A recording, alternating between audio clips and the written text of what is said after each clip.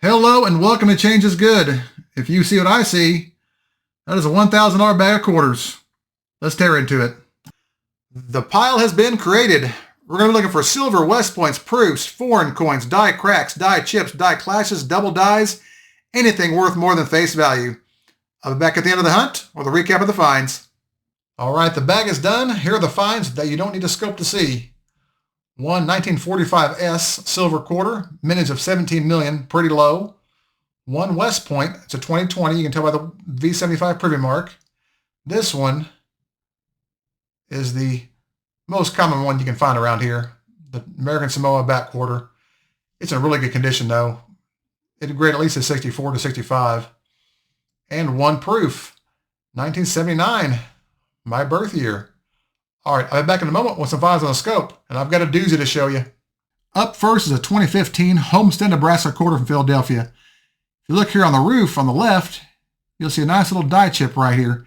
This is known as a snow on the roof error. If you find an example with a lot more chipping on the top of the roof on both sides, those are worth a lot more money than this one is. All right, on to the next one. Now here we have a 2006 Nevada State quarter from Philadelphia. Looks pretty normal until you go over here and find the motherload of die chips. There's one here, here, here, a monster here. I think there's even a small one right there as well. This is a great example of this error.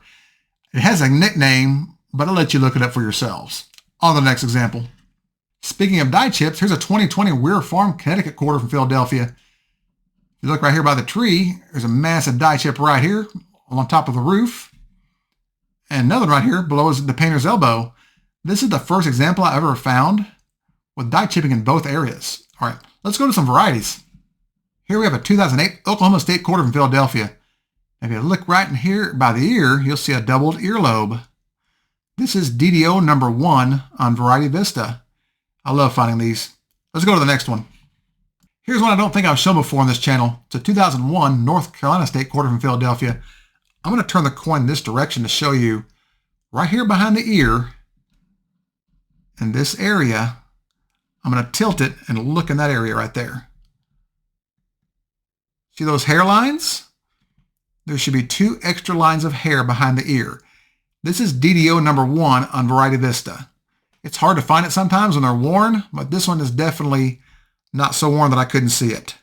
All right, on to the next double die. You're going to like this one. Now here's something I don't find very often. This is the reverse of a 1970 Denver. Let's just go around the coin and look. There's a big notch right there on the N. A big split right here on the S. One right here. One here at the top of the A. One here at the bottom serif of the S. A really big one right here on the top of the S. Notches at the top left corners of all the lettering right through here. Notches up here at the top of the A. Both serifs of the M.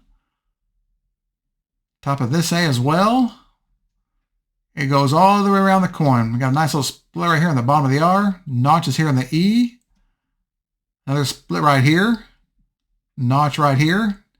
Little notches here at the top left of the U. And nice little split right down here through here at the bottom of the Q. This is the FS-802 in the Cherry Picker's Guide. This is probably the most heavily doubled variety on this date. And in this condition, it's probably worth around $5 to $10, maybe $15. It's not in the best shape, but I'll definitely take it. All right. I'll be back in a moment with a recap of the hunt. I wish all hunts were like this. We scored silver, a West Point, a proof, mint errors, and a major cherry pickers variety. You can't complain about that. Thank you all so much for watching. If you enjoyed this video, please like, share, and subscribe. It costs you 0 quarters and helps me out a lot. If you have any questions or feedback, feel free to leave me a comment in the comment section. I'll get back with you as soon as I can.